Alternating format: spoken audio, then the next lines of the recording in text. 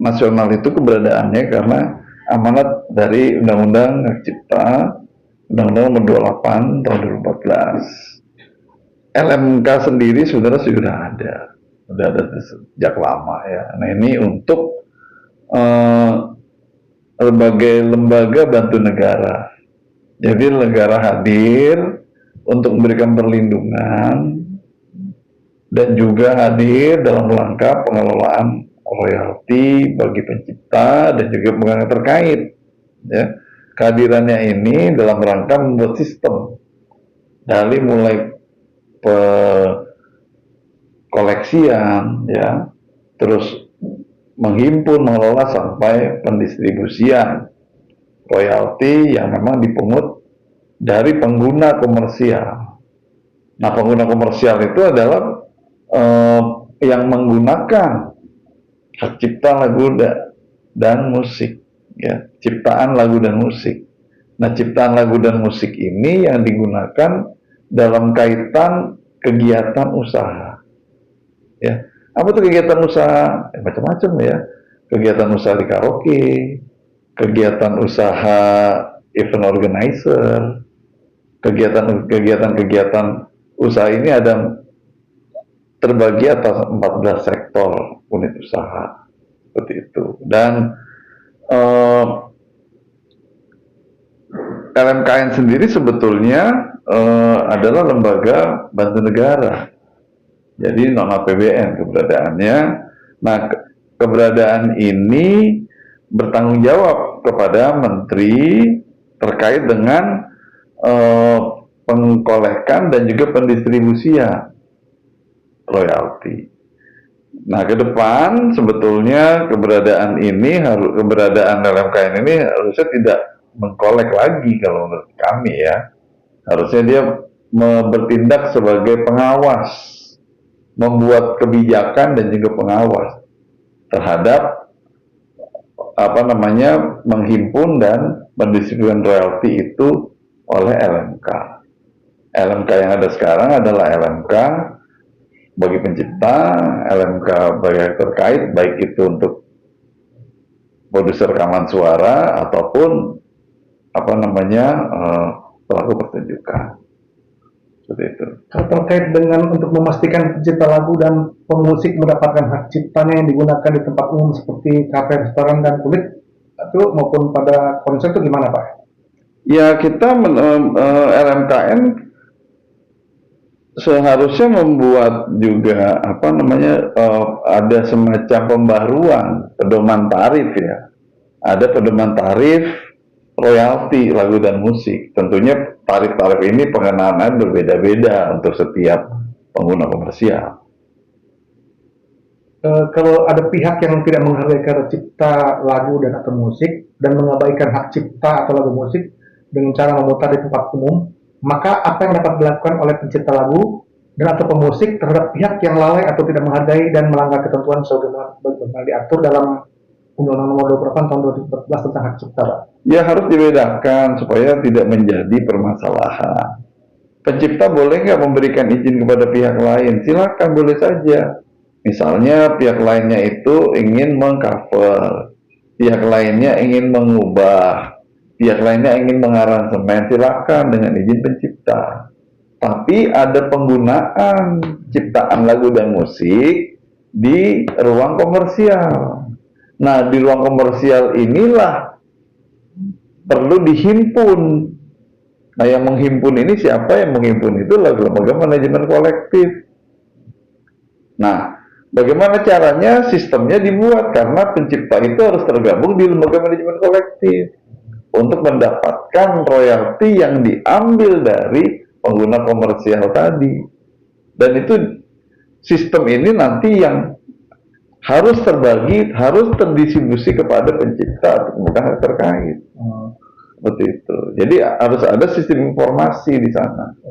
Jadi kalau misalnya, jadi harus dibedakan. Di sini ada penggunaan yang dilakukan dalam ruang komersial atau ruang publik komersial terhadap ciptaan lagu, terhadap lagu dan musik, ya. Di mana di situ ada penciptanya, di mana di situ juga ada komposernya, di mana di situ juga eh, yang dimiliki oleh pemegang hak terkait atau produser rekaman suara.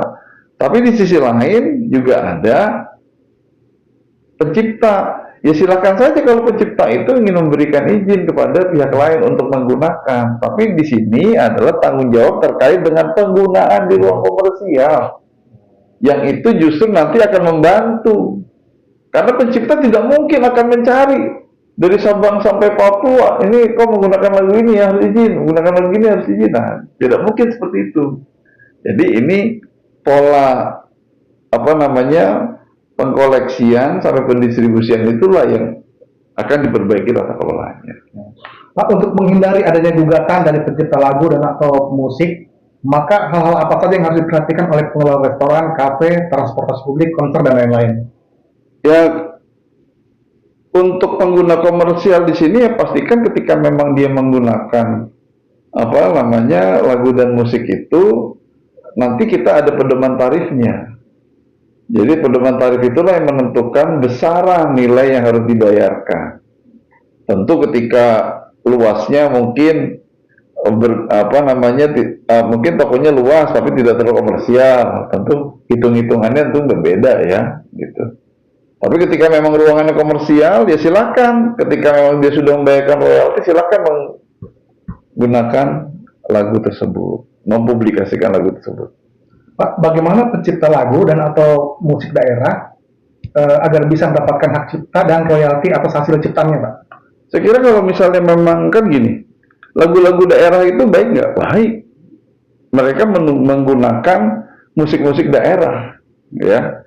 Kecuali memang lagu-lagu daerah misalnya yang berkaitan dengan folklore, lagu rakyat misalnya, atau lagu-lagu yang memang tidak diketahui siapa penciptanya, maka negara berdasarkan undang-undang bertanggung jawab hadir di sana.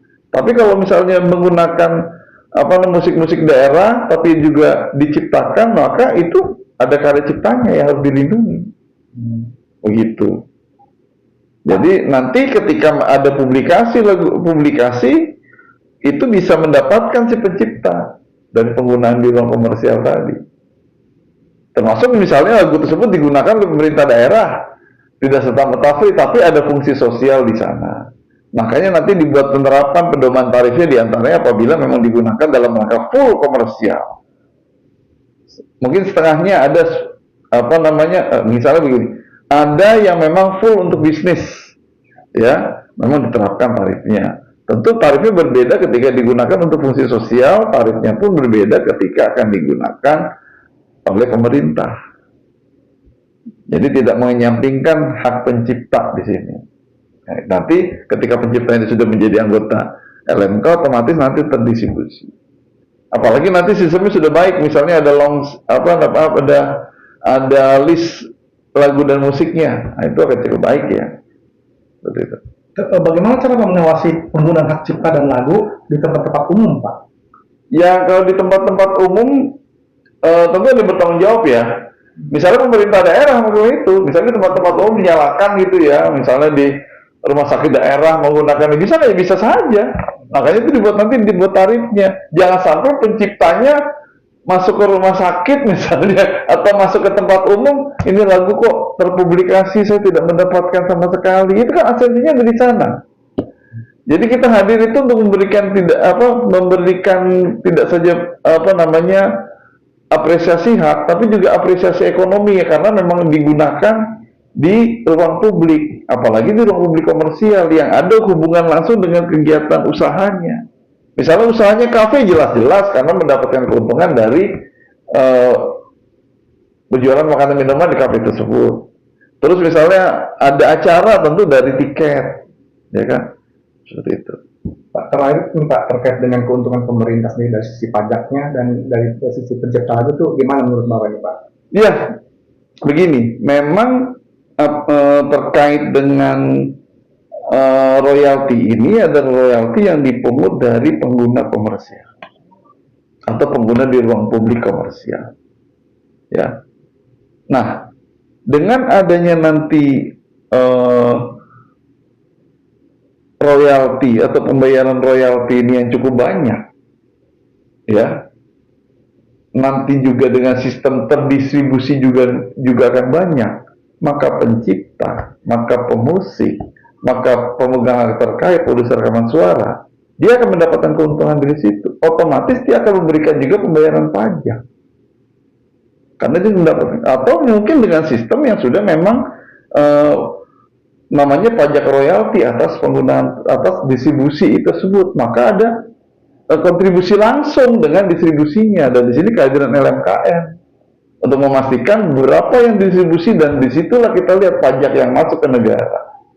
Saya kira itu.